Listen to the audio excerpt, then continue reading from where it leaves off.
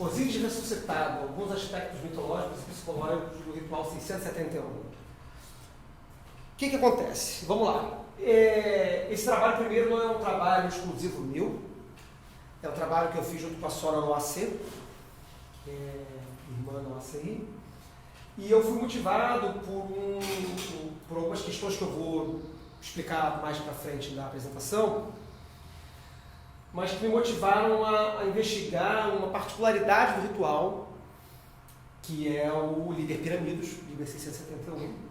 Falar só sobre o Liber Pyramidus já daria uma parte de 2 horas, então eu não vou falar só sobre o Liber Pyramidus em minúcias, tá? Mas eu vou falar rapidamente sobre o início, alguns aspectos gerais dele, e depois eu vou me focar num aspecto mais específico do ritual, que foi o que me mobilizou a começar uma pesquisa maior, né?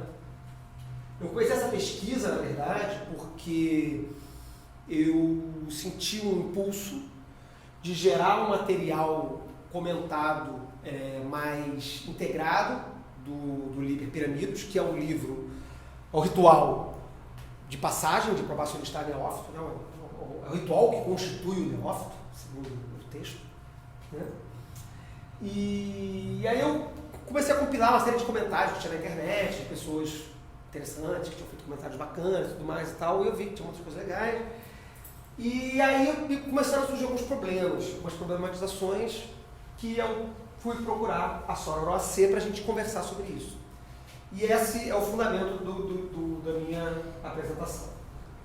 E talvez ela implique um pouquinho com a ideia de, será que a fórmula do Deus morto está realmente encerrada no Eon? Tcharam! Tcharam! Você não perde para esperar. Clique para saber mais. O terceiro item vai te surpreender. Então vamos lá, Liber 671, Véu Pyramidus. Ele é um ritual de auto-iniciação baseado na fórmula do neófito.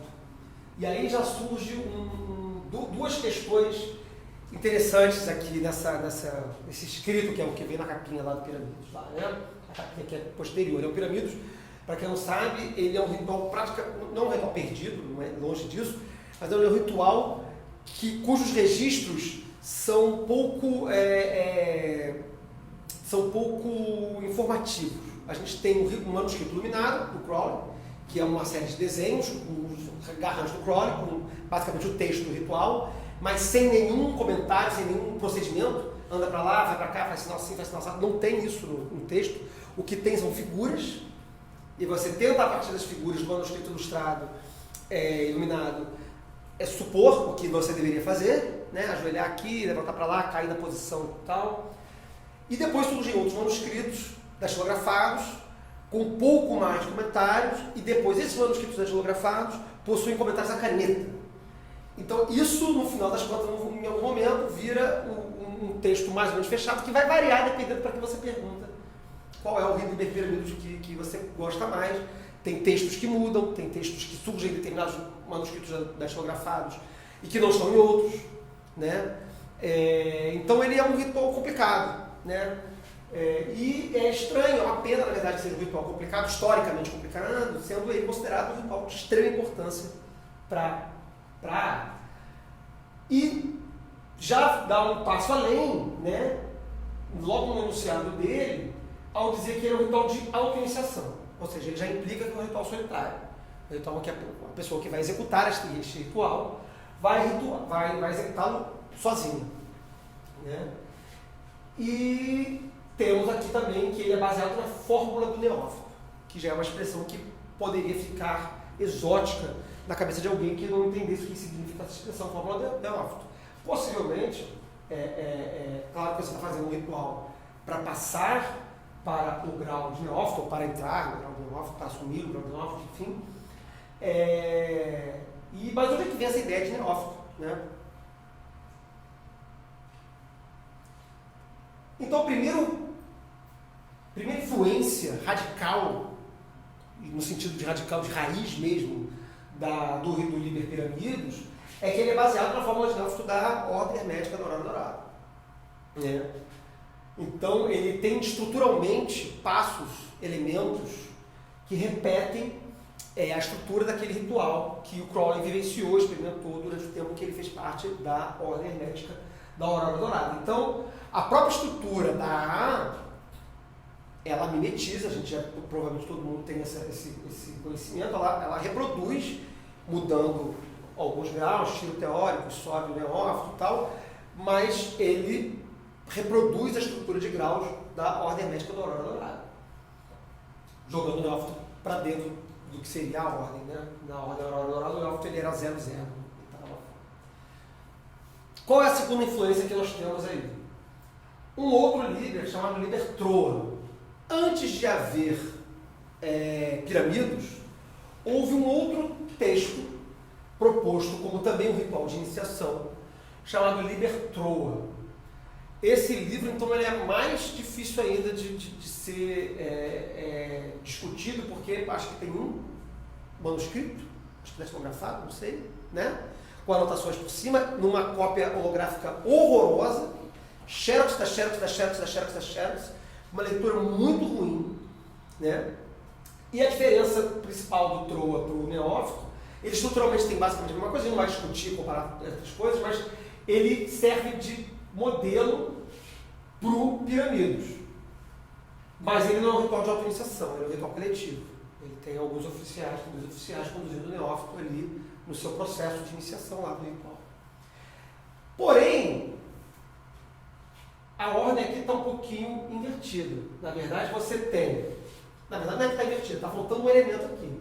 Você tem o Liber Troa, que é, assim como o Pirâmides, né, influenciado pelo ritual de neófito da Golden Dawn, mas o ritual de neófito da Golden Dawn também tem uma inspiração externa. O ritual de neófito da Golden Dawn não saiu do nada. Ele é inspirado no papiro de Ani, que é o livro dos mortos, que está ali na mesa. Deixa eu até pegar. O papiro de Ani está aí? Trouxe lá da Alemanha, está ali aqui.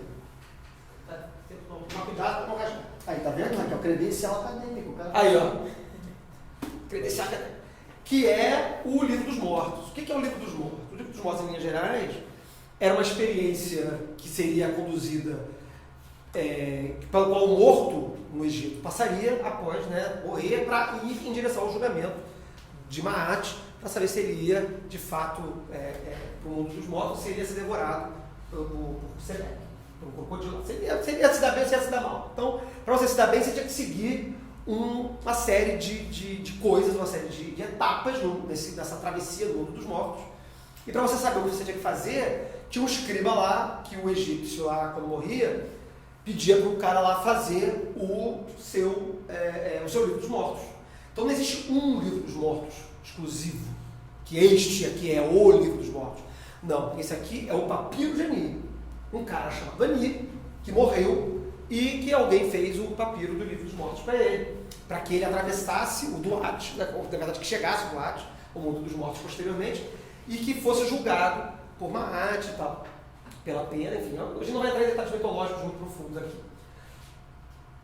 E o papiro de Ani, ele tem uma particularidade interessante, porque os registros mitológicos egípcios não estão escritos, ao contrário do que a gente acredita. O que a gente entende por mito egípcio, Osíris, Ísis, Horus, Sete, etc., são recontamentos, se é que essa palavra existe, gregos. A gente não tem acesso à visão exatamente literal dos mitos egípcios contados pelos egípcios. A gente tem o que os egípcios contaram para os gregos acharam maneiros e registraram por gregos, dizemos pontualmente, principalmente Plutarco. Tem outros, mas Plutarco foi o cara que ouviu um monte de historinha, escreveu um livro chamado Ísis e Osíris e botou todo mundo lá. Pá, pá, pá, pá, pá. Só que isso já acontece. Eu já até adiantei um pouquinho aqui o assunto. No século 5 e 6 a.C. Ou seja, já é um Egito muito tardio.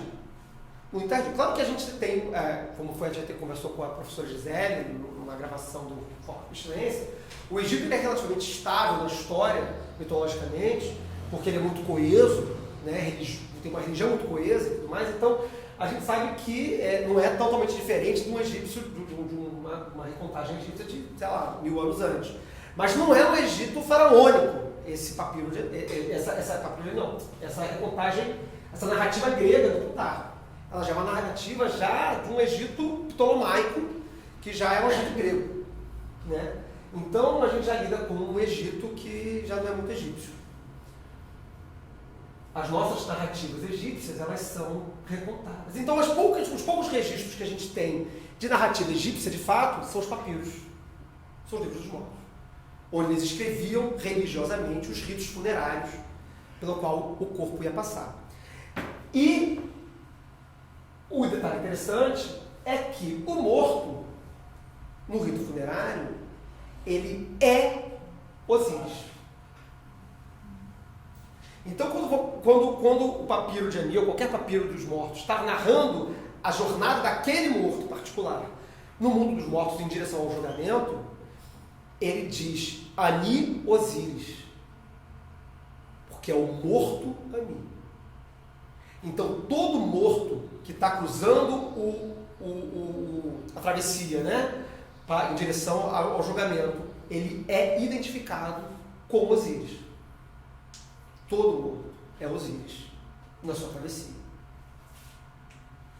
Porque também tem uma ideia de que as divindades gregas, elas não são, isso é uma observação interessante, elas não são percebidas, pelo que a gente estuda hoje, de egiptologia, de história, etc., de forma muito similar como a gente entende divindades gregas ou as nossas divindades contemporâneas, em que é uma forma estanque que está no céu e que te julga de lá de cima. As divindades egípcias, elas são princípios criativos. Então, Osíris era o morto, Maat era a justiça e o tempo, Nut era a noite, Geb era a terra. Né? Então, princípios eternos, perenes. Né? Um pouco diferente do que a gente entende das narrativas gregas, em que tem história pra caramba, que o cara fez, aconteceu, voltou, etc, etc. Por isso que essas narrativas ganham força e estrutura nas narrativas gregas. Porque o Plutarco vai pensar como grego, como que ele vai contar as histórias dos egípcios. Então ele vai ter que contar de acordo com o que ele entende como narrativa mitológica. Né? Inclusive vai trocar os nomes em vários momentos na narrativa, ele vai contar os nomes das divindades egípcias nas divindades gregas. Osíris é um nome grego. O nome egípcio de Osíris é Assar. Né? Ou algo assim. A pronúncia é perdida. Né? Você não sabe como falava o egípcio antigo. Né? Mas, enfim, o importante é que nessa narrativa grega lá, Osíris, dentro da mitologia que Plutarco conta, que chega até nós, ele tem uma treta lá com Sete, lá, não interessa muita história como é que fica, e ele é desmembrado, no final das contas, em pedaços, vários pedaços, 14 pedaços, se eu não me engano. Né? Sete desmembra Osíris, joga no rio, e ele vai embora. Né? Ísis, que é a irmã de Osíris, reúne esses pedaços novamente e junta, cola os pedacinhos todos de novo, exceto um, o falo. O falo de Osíris é devorado por um peixe. Na verdade, se eu não me engano, na narrativa, Osíris é morto 2 vezes. Ele tem cada porrada com 7, aí volta, aí depois cada porrada de novo, e aí é picotadinho. Aí Sete espalha os pedaços de Osíris. E Isis espalha os pedaços de Osíris pelo Egito. E aí Isis vai em cada canto do Egito catar um pedacinho. Em cada local desse é erguido um ponto de culto, um templo, etc. a Osíris. Isso é a narrativa mitológica que o Plutarco conta. Mas o falo não. O falo é cortado e é jogado, dado de comer com um peixe. Tem até um peixe lá. E isso até é um festival, tem um festival específico sobre o peixe que come o pinto de Osíris. Tá? E aí o que Isis vai fazer com o marido, que ela é irmão, mas era marido, com o marido sem pinto? Né? O que ela vai fazer com Osíris que não tem mais falo? Né? Isis, que é a deusa da magia, deusa dos feitos mágicos, né? Ela substitui o pênis de Osíris por um pedaço de madeira ou pelo próprio dedão, dependendo da narrativa. Tá? Em algumas narrativas é um pedaço de funcho, em outras narrativas é um pênis de madeira, em outras narrativas é o dedão, o polegar dela, o próprio polegar de Isis. Né? dependendo do registro, então essa narrativa varia. Mas para que ela faz isso? Para copular, ficar grávida, né? Dar à luz a Horus. Então, recapitulando, Sete mata Osíris, pica ele em pedacinho, joga no Egito todo, dá o falo para um peixe comer, Ísis vai, reúne todos os pedaços de volta, bonitinho, menos o falo. Falo não tem, falo o peixe levou, comeu, digeriu, já era. Refaz um falo de madeira, a princípio, e aí tem relações com Osíris morto, com um de madeira, e aí a partir dessa relação ela dá à luz a Horus. Isso é um resumo, basicamente, muito resumidinho do mito de Osíris. Né? E aí o que acontece quando ele recupera o pinto? Se é que ele recuperou, porque é um pinto de madeira, né? Uma vez reconstruído, Osíris é feito perfeito. Ele não era verde antes. Virou zumbi? Ele virou zumbi. Né? A tez verde, todos os outros deuses egípcios estão mais ou menos, né, antropomórficos, com cor de pele humana. Né? Ele não. Ele é verde porque ele é morto. Mas ele, uma vez que ele retorna do mundo dos mortos, da morte, né, é reconstruído, refeito, ele é chamado Assar-un-Nefer, Osíris feito perfeito. E o que isso tem a ver, né? Botei ali, Assar-un-Nefer. Né? E o que tem isso a ver com o Liber Piramidos? Bom, o que é uma pirâmide? Uma tumba. É uma tumba. É uma tumba. No Liber Piramidos, o candidato é Osíris na pirâmide. Você, durante o Liber Piramidos, a primeira parte do Liber Piramidos, você constrói a pirâmide. Building the pyramid. Aí você faz um monte de coisa, vai pra lá, vai pra cá, faz uma coisa, constrói a pirâmide. Depois que você constrói a pirâmide, você entra na pirâmide e faz um monte de negócio lá dentro. Aí depois você desfaz a pirâmide e bind, né? Você sela a pirâmide e vai embora. Então o candidato, a pessoa que está passando pelo Liber Piramidos, como morto, sobre a pirâmide, que é um túmulo, ela é Osíris, como qualquer morto do Egito. Isso não é específico porque você é um candidato para a iluminação e você é muito especial, então você vai ser identificado como um deus. Não. Qualquer morto no Egito era Osíris no texto funerário. E o Liber Piramidos talvez seja o nosso texto funerário, enquanto candidatos na ordem. Porque a jogada da iniciação, em qualquer ordem iniciática, isso é exclusivo da Golden Dawn, está lá na maçonaria, está todo mundo, é morrer e retornar, né, num novo espaço. Né? A maçonaria lida com isso, a Golden Dawn lida com isso, uma série de... Qualquer gangue vai lidar com um rito de passagem em que você é alguém, passa por um rito e não é mais aquele alguém. Você agora é o fulano, vai ganhar o título da gangue, vai ganhar o seu loto de iniciado, vai ganhar o seu... Enfim, você vai ser um outro alguém, pelo menos dentro daquele espaço. Né? Então, de certa forma, o Liber Piramido, o livro da pirâmide, ele é um livro funerário em que narra a jornada do candidato Osíris para o julgamento de Maat. E depois ele se dá bem, porque, né, quem já fez o tal dá tudo certo no final, né, naturalmente. E aí ele vai embora da pirâmide como candidato refeito, como Osíris refeito. Muito bem. Tem uma série de questões interessantes no ritual, paralelos que poderão ser feitos, que podem ser feitos com o ritual de Neófita da Golden Dawn, os cantos, os tais dos pilões, o que são os pilões, etc. Mas eu, pontualmente, vou me deter num trecho específico do ritual, já lá no final, em que já aconteceu praticamente tudo o que tinha que acontecer. E o candidato, ele deita-se no chão, ele tem um altar, acontece um negócio no altar lá, ele se deita na posição do enforcado e, né, fica deitado assim, né, nessa posição, assim. Tem até nos manuscritos, no manuscrito iluminado tem a figurinha e nos datilografados tem um esqueminha de a lápis, assim, do lado, tem um triângulozinho e uma cruz embaixo. Então você vê que era um negócio que era feito para ser lido, não era para ser para ser lido, né? Era feito para ser o cara falar, olha só, provavelmente era alguém explicando e o cara lá anotando, rabiscando a porra do manuscrito datilografado. E nesse pedaço, o que acontece? Você fala uma série de partes do corpo.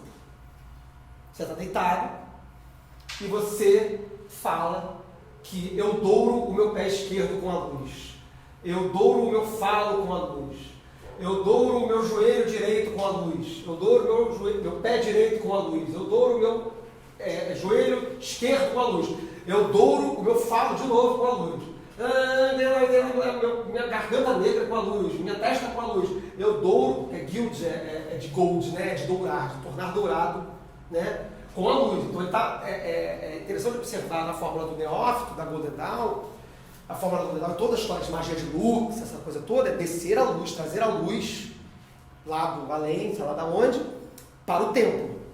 Você faz a luz manifesta no templo, e aí no caso se você estiver fazendo, por exemplo, um ritual de consagração de alguma coisa, você imbui aquela coisa que você está consagrando com a luz que desceu lá, que, enfim, é a Lux, né? É a estrela de 6 pontos, né? No caso aqui, não é uma cerimônia de iniciação, toda cerimônia de iniciação é uma cerimônia de consagração em que o objeto consagrado é o candidato. A estrutura é a mesma. Se abre o templo, purifica e consagra o objeto e imbui a luz no objeto. Só que o objeto é o candidato. Nesse momento aqui, então, já aconteceu um monte de coisa no ritual, chega aqui, ele passa a luz no corpo, tornando o corpo todo dourado, né? Só que é algo interessante observar que o falo repete 3 vezes. Então ele vai fazer um pedaço do corpo, e fala, fala. E foi aí que esse ritual me causou um certo estranhamento. Por que raios ele está fazendo isso? Claro que a gente acabou de falar do mito de Osíris, em que o falo é perdido. O falo é perdido e é refeito de madeira, ou de dedão, ou de funcho, ou de uma outra coisa que não é orgânica, não é um implante, é um objeto morto, né? Talvez, e aí é uma especulação selvagem da minha parte, talvez isso exija que aquele membro morto e inútil e comido por um peixe receba luz reiteradamente, né? Porque, afinal de contas, aquilo ali não é um pé normal, é um pedaço de madeira que foi colocado no lugar lá de Osíris. Mas, uma das referências do Liber Piramidos é o Liber Troa. E no Liber Troa é diferente. No Liber Troa não tem falos. No Liber Troa tem chakra. No Liber Troa tem chakra. É um pedacinho pequenininho no cantinho da página assim. E aí fala, eu douro meu Muladhara chakra com a luz, eu douro meu Muladhara chakra com a luz, e depois eu douro meu, não sei falar, Svachara chakra com a luz. Até liguei pro Rômulo agora, pedi para ele me dizer, ele me disse, mas não decorei. Não sei como é. Coisa de hindu. Que são esses dois aqui. Esses dois aqui, né? O chakra base, o chakra umbilical, né? E o que esses dois chakras têm a ver, né, com a história aí? Falando rapidamente, não é minha área. Né? O Muladhara, ele tem atributo, ele tem que estar associado ao movimento físico, ao aqui e agora, à presencialidade, à sobrevivência, à estabilidade, força interior, à confiança nas realizações, ao fundamento primordial. Ele é o fundamento primordial dos chakras superiores, onde fica lá a Kundalini, enfim, recolhida, etc, etc. Então ele tem esses atributos aqui interessantes. Tá? E esse aqui é relativo à energia sexual, a forças criativas, à fecundação e reprodução, à purificação e ao prazer físico, mental e espiritual. Enfim, tem um manuscrito com esse registro do Troa. E depois tem o Piramidos que troca isso, substitui. Por que isso acontece é especulação, a gente não vai saber jamais por que isso aconteceu de fato. Mas parece haver uma relação desses objetos com alguma ideia, né, de órgão sexual, né? Potências criativas, energia sexual, fecundação e reprodução, e com a ideia, que é o que a gente vai começar a falar agora, essa ideia supostamente fálica de estabilidade, realização, movimento físico aqui agora e tal. Tá bom. E aí temos o Freud. Eita. Pinto é assunto do Freud.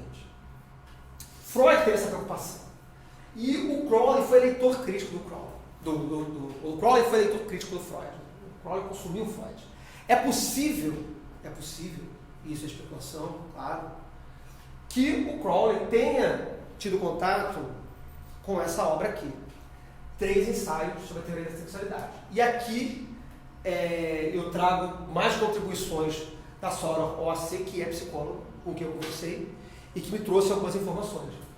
Tá? E, logicamente, isso é uma perspectiva freudiana. Aí você vai criticar, não, mas aí Jung, Reich, etc. Essa galera não existia em 1906, quando o Freud estava escrevendo o Ritual. Ele estava imbuído num espaço que era 1906, 1907 e tudo mais. Esse livro, que tem esse nome bonito em alemão, foi escrito em 1905. Então é bem possível que o Crowley tenha tido contato, se não com o livro em si, mas com as teorias que o livro trazia, com as ideias que o livro trazia sobre a teoria da sexualidade, né? E uma das coisas que o livro traz, e aqui eu já começo a recortar algumas frases da Soror na nossa conversa, é que o falo como órgão sexual masculino simplifica a complexidade do termo dentro da perspectiva freudiana, da qual o Crowley provavelmente estava inserido. Né? Freud foi importante na mudança do sentido do termo. Ele distingue falo de genital. Quando apresenta os estados de desenvolvimento sexual infantil. Então, e aí não vamos entrar, porque eu não sou psicólogo, só estou trazendo alguns rabiscos específicos da psicologia para tentar ilustrar o que talvez estivesse passando na cabeça do Crowley quando ele estava elaborando o ritual.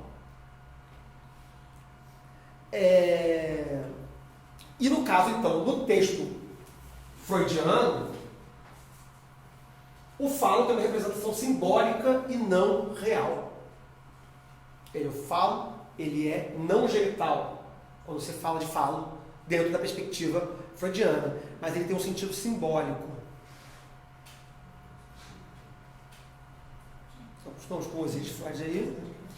E aí, já que esse falo freudiano é simbólico, a gente tem uma característica interessante no mito. Que o falo não é um falo real também. É um falo refeito. É um falo de madeira. É um falo que não é um falo original. Não é um falo orgânico. Né? E ele é um falo que é substituído, ele é recolocado ali para conceber oros. E aqui eu vou destacar um texto que a Soror, conversando com ela, que ela mandou, que achei mais fácil colocar o texto inteiro do que ficar elaborando, porque não é minha área, então eu prefiro botar a voz da especialista. Né? No que eu entendo desse trecho, quando destruído, o órgão genital perde sua finalidade. Mas ele pode ser facilmente substituído por qualquer outro objeto.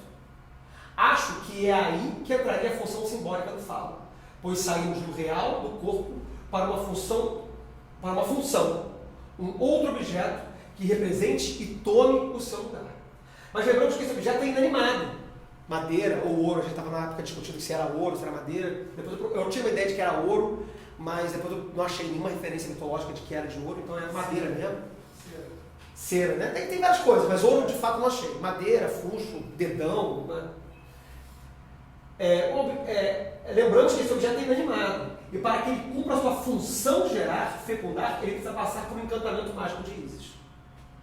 E acho que a tua analogia, aí a gente estava conversando, então esse é um recorte do diálogo, é interessante, pois seguimos essa lógica. Osíris é feito perfeito como falo de substituição.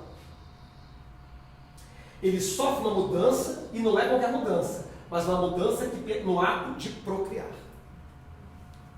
Então, a gente está aqui pensando, estou aqui pensando, sobre o porquê da ênfase do falo naquele pedaço específico do ritual, né?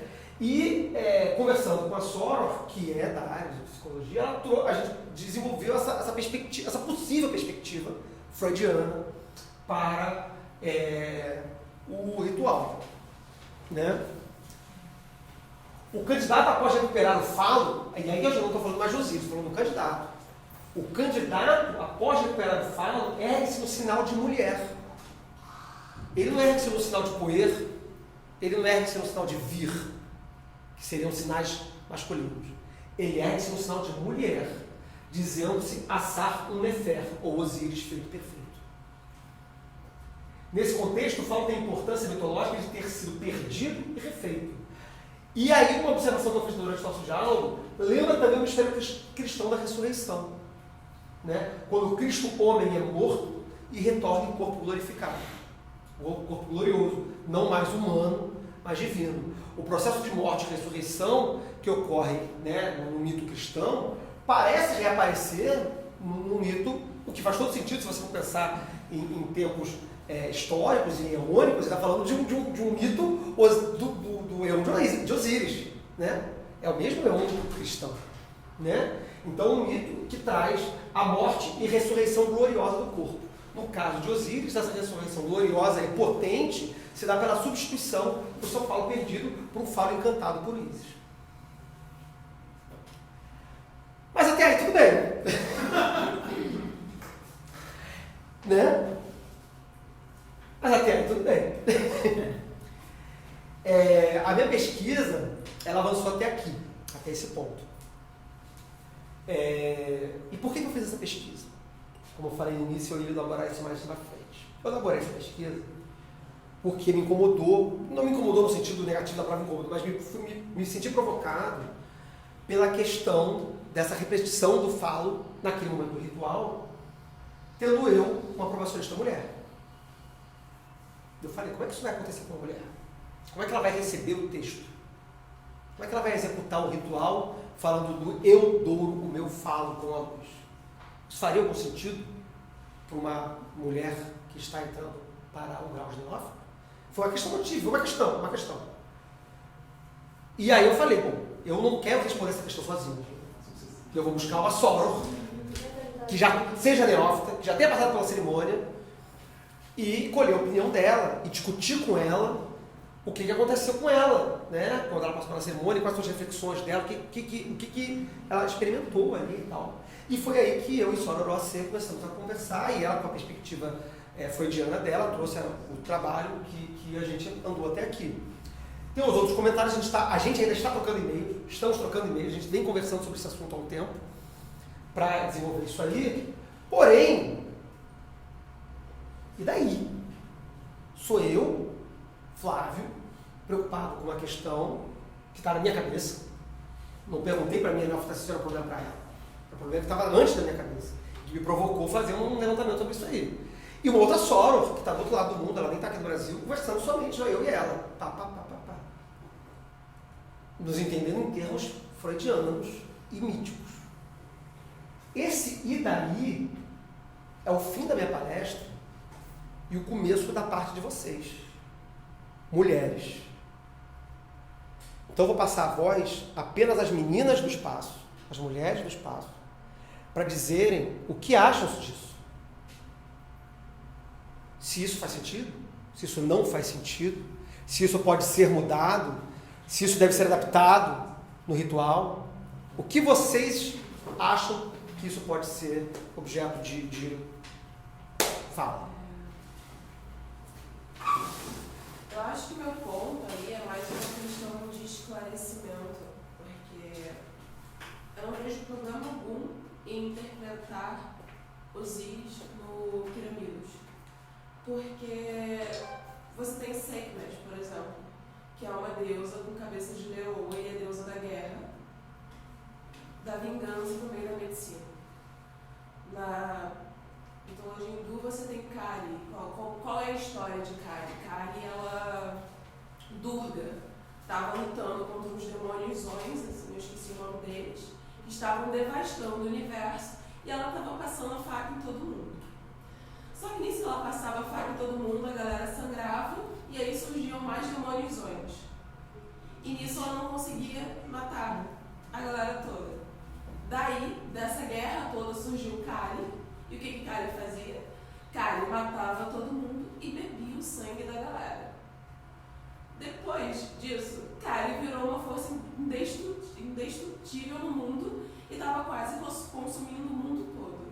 E aí, Shiva, vendo essa situação toda, se pôs debaixo dos pés de Kali. Kali pisou em Shiva e atingiu a iluminação. São Shiva a parte racional de Kali. O meu ponto é, eu não teria problema nenhum em interpretar Osíris, porque eu entendo que existem inúmeras narrativas, só que eu tenho a impressão que existe uma, hoje em dia, porque você vê na mitologia hindu, a gente tem esses arquétipos de mulheres bélicas fazendo coisas. Na mitologia egípcia, naquela época também a gente tem Sekhmet, entendeu? Só que hoje o discurso é um discurso completamente diferente, depois que vem Maria e tudo mais, entende? E é isso que perde o valor para mim, no meu espírito do tempo, na minha concepção, fazer um ritual para Osíris, porque eu sei que hoje em dia Osíris é representado dessa forma, entende? Também é um problema de narrativa, porque eu estava conversando com o Max, ele estava falando sobre como o mito do herói e como era sempre essa questão de provação para ele de alguma forma, o provacionismo, né? Que ele sofria, que era foda para ele. Eu falei, cara, eu não passei por isso, porque eu não sinto nenhuma necessidade. Isso não está essa narrativa do mito do herói, ela não me contempla de forma alguma. Então, porque o que eu sinto é mais no meu posicionamento como mulher dentro desse sistema, não é lutar contra nada, porque eu não tenho nada para lutar, entendeu? E aí eu penso, será que eu não poderia fazer o Pirâmides? E aí é só uma provocação. Eu não poderia ser Isis, juntando as minhas partes, sendo que eu sou fragmentada por natureza, não fragmentada, mas por ser mutável, sabe? Porque, pra mim, o que eu vejo, assim, como mulher, num sistema iniciático, às vezes o que eu sinto é uma dispersão muito lunar de imagens. Será que a minha narrativa não seria legal, eu como Isis, juntar todas essas imagens e criar uma coisa, tal como ela criou Osíris? Porque eu não poderia fazer isso, entende? Enfim, eu fico pensando quais são as inúmeras narrativas que eu poderia estar criando e fazendo e seguindo, que não são feitas simplesmente porque foi um sistema criado para homem, entende? De homem para homem, entende? E eu não teria o menor problema em fazer essa questão de Osíris, mas aí eu teria que pensar, porra, eu não tenho problema com isso, porque lá atrás isso não era um problema. Porque essas deusas, elas existiam. E as deusas que a gente tem hoje, tipo Babylon, que é ridiculamente hipersexualizada, e aí a gente fala sobre a mulher que munida com a espada, mas ninguém fala sobre essa mulher com a espada, entendeu? É sempre uma Babylon hipersexualizada, não é uma mulher bata, não é uma mulher bela, sabe? Enfim, é foda.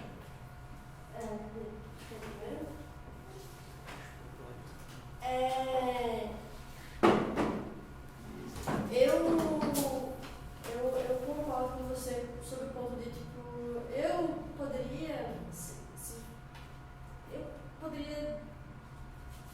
executar não é personagem, mas enfim, a função Osíris sem nenhum problema, pelo mesmo ponto. E eu acho que é até por outros pontos, do tipo, uma das coisas que eu mais gosto da magia é a gente conseguir ser qualquer coisa.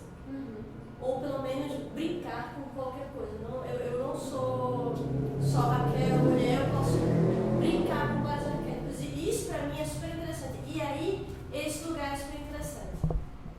Então, é interessante a ideia de um falo que eu não tenho, eu poder usar um falo que eu não tenho, ou pelo menos pensar sobre isso, enfim. O que me incomoda é que eu sei que a Golden Dawn foi um sistema criado, não criado por teoricamente o manuscrito é de uma mulher, né? Teoricamente o manuscrito é de uma mulher, teoricamente, não sei.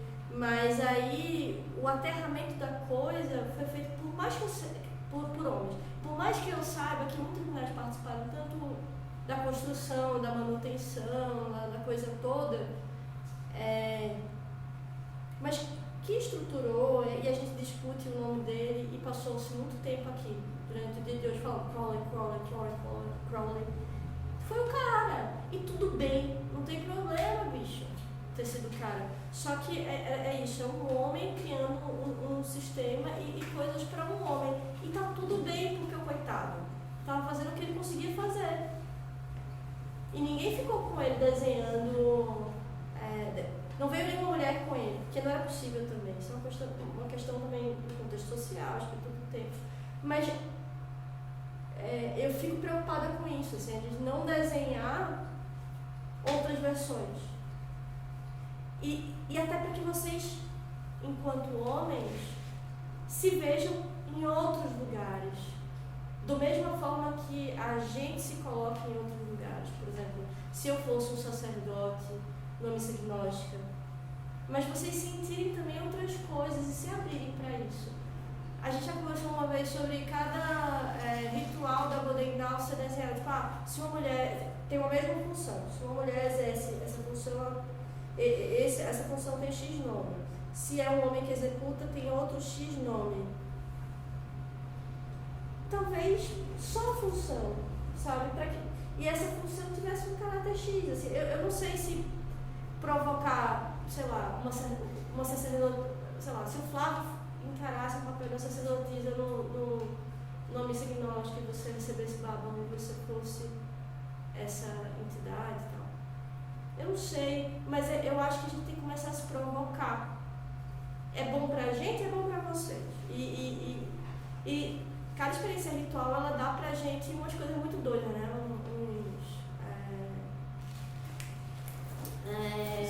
Uns insights, mas é mais sobre o rolê artístico mesmo. Qual é o nome daquele? Você tem uma catarse. E essa catarse vai pro corpo, né? Porque é ritual. Não é você aqui na cabeça, é um ritual. E eu acho que a gente precisa começar a se provocar nesse lugar. Não incomoda a ideia, por exemplo, de ter um falo um dia, mas me incomoda de só ter a ideia do falo. Exato.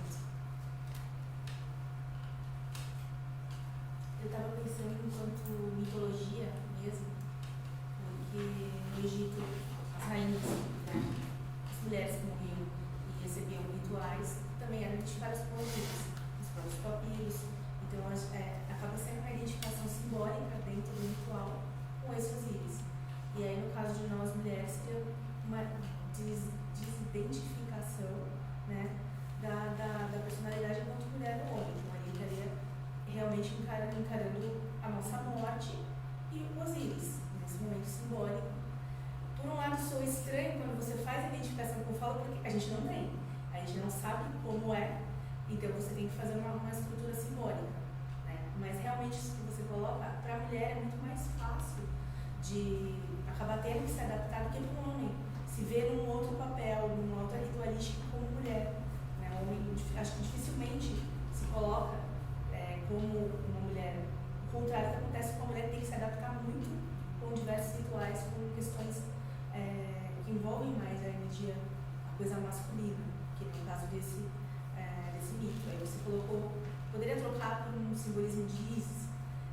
Talvez, mas talvez não pela mitologia em si, do fato das partes estarem se unindo, mas aí seria de repente uma distorção do ritual, teria que ser criado um outro ritual em cima dessa simbologia feminina, como se fosse algo para se adaptar e vai de encontro com o que a gente falou hoje, a questão do update do sistema, de repente uma adaptação, né? Mas seria uma distorção ou não? Então, assim, também não me incomoda, porque aí nesse ponto é uma desidentificação mesmo entre masculino e feminino e sendo colocado como Osíris, porque aí você puxa lá realmente da questão egípcia, eles eram unificados ali e iam fazer a jornada enquanto Osíris. Então, os próprios nomes, os hieróglifos, você tem o nome do defunto ou da defunta, né, associado com o nome de Osíris, né, o Asa. Então, a mim não incomoda, mas já é um ponto a ser refletido também. Será que seria, se incomodasse alguém, seria o caso de ser criado um ritual específico que fosse direcionado para a mulher ou não? Então, essa é uma pergunta que nos procura como resposta. O que eu fico pensando é que, tipo, todo ritual desse ele é meio que feito, pelo menos o que eu acho, tentando resolver um problema, né? Como é que eu vou resolver esse problema? Eu tenho que fazer um ritual que ele represente o renascimento, a pessoa vai meio que morrer para renascer e lá. Aí o cara tenta achar um mito ou uma estrutura que ele consiga resolver isso e que a pessoa consiga passar de uma forma alegórica para esse rolê. E aí é isso, assim, pra mim, o jeito em que essas pessoas, antes da gente resolver esses problemas, são baseados no contexto que a gente está vivendo dentro de uma sociedade patriarcal. É uma questão estrutural, né? Como é que a gente resolveria esse problema hoje? Se eu fosse redesenhar minha própria cerimônia de iniciação, como é que eu resolveria esse problema?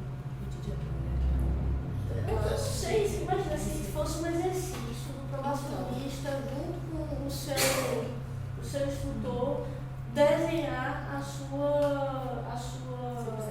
o seu processo iniciático, escolher, mas sei lá, como um mito e redesenhar, não sei. Acho que dois pontos. Primeiro que antes da era judaica e monoteísmo, a gente tinha sociedades politeístas, né? Então você cultuava tanto deuses quanto deusas e era existente. Depois veio o judaísmo e o cristianismo e você cultua agora um deus, um homem, né? Personificado num homem. E aí você tem Jesus Cristo, e aí você tem Maria, que é aquela coisa, Maria, né?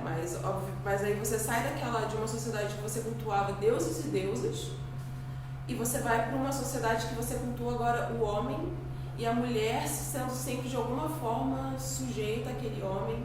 E eu acho que hoje em dia, mesmo em Telemann, a gente continua promovendo esse discurso. Então, por mais que tenhamos deuses e deusas, o local de fala sempre vai ser do Deus, entendeu? E esse é um problema, porque aí a gente fala, seria uma distorção? Seria mesmo uma distorção? Ou não seria uma descoberta? Porque é um fato, os poderes da mulher, eu não vou nem falar de feminino, porque feminino e masculino são ridículos, eu não quero nem entrar em questão de gênero aqui, mas os poderes da mulher foram demonizados, sabe? A gente foi, literalmente queimada. E foi, houve uma restrição tão grande em relação a quais poderes são esses, e a gente sabe que esses poderes existem, eles estão aí, todo mundo sente que existe, mas ninguém fala sobre, alguns se assustam e querem colocar para baixo, como sempre, e nós mesmos, mulheres, nós não sabemos o que é. A gente só sabe que tem alguma coisa, mas a gente ainda não sabe o que é, porque foi uma coisa tirada da gente. Sendo que o discurso do ser homem, eu não quero falar masculino, do ser homem, ele está aí para todo mundo, sempre, está disponível sempre, mas para nós mulheres ainda não. E o meu caminho iniciático, tá perpassando muito por isso, porque no início todos os deuses que eram mais factíveis e tangíveis para mim eram masculinos, mas ainda assim eu não conseguia me identificar. E quanto mais eu fui fazendo magia mesmo, e quanto mais eu fui me retirando desse mundo onde existe essa narrativa do mito do herói e tudo mais, mas eu fui entrando entrando dentro de mim mesma e vendo que os meus mistérios não tinham nem muito a ver com o discurso não o discurso, eu não vou dizer da A, mas do discurso que falam da A, entendeu? O problema não é a A, não é a estrutura, porque o sigilo de A é a buceta de Bábalo. A sacerdotisa da estrela de prata é a sacerdotisa da estrela de prata, mas parece que ninguém fala disso, entendeu? Parece que continuam falando sobre Horus, Hadith, você inicia um ritual, você não nem dedica ele a Bábalo, sendo que todo mundo ignora que quando você estiver lá em cima, você vai ter que derramar todo o seu sangue para Bábalo. E a minha questão é que, como mulheres dentro da... A gente literalmente tem que pensar como que a gente vai construir isso, porque não existe, essa narrativa não existe. A narrativa vai ser sempre de um homem falando de uma experiência de um homem para uma mulher. E quanto mais a gente se identifica, e eu estou falando de uma experiência pessoal minha, de que não me parece... Eu acredito que ela possa conseguir atingir efeitos bons, mas precisa ter uma descoberta. E a gente precisa falar sobre essa descoberta. Para fechar. Só fazer um comentário rápido que eu me lembrei agora, essa questão da narrativa. Ano passado teve uma procissão lá no Guarujá, da estátua de Nossa Senhora de Fátima, de Portugal, né? E tava aquela coisa na rua, passou de frente onde eu trabalhava, eles com o microfone, e aquele afã. E aí o padre, teve uma hora que ele falou pros fiéis lá, vocês estão celebrando e tal, realmente ela representa a Maria, Mãe de Deus, mas vocês não podem colocar ela acima de Jesus. Ela fica abaixo, e ele usando essas palavras. Ela é só uma mulher. Vocês têm que pensar em Jesus. Então, naquele momento do afã, era uma procissão para Fátima, que representava uma figura feminina, mas o padre já achou que eles já estavam exagerando na adoração da figura feminina. Não, ela é mãe, mas ela deu à luz, mas o importante é ele, eles tirando toda aquela questão, e aí as mulheres, realmente, você via de longe. Então, a aceitação, né, da questão inferior, e realmente essa questão da narrativa que a gente acompanha realmente é só focado no masculino, mas aparentemente está começando a querer mudar. Isso tem que mudar porque não é assim. Não tem que ser assim, sabe? Só não tá certo. Gente, muito obrigado a vocês.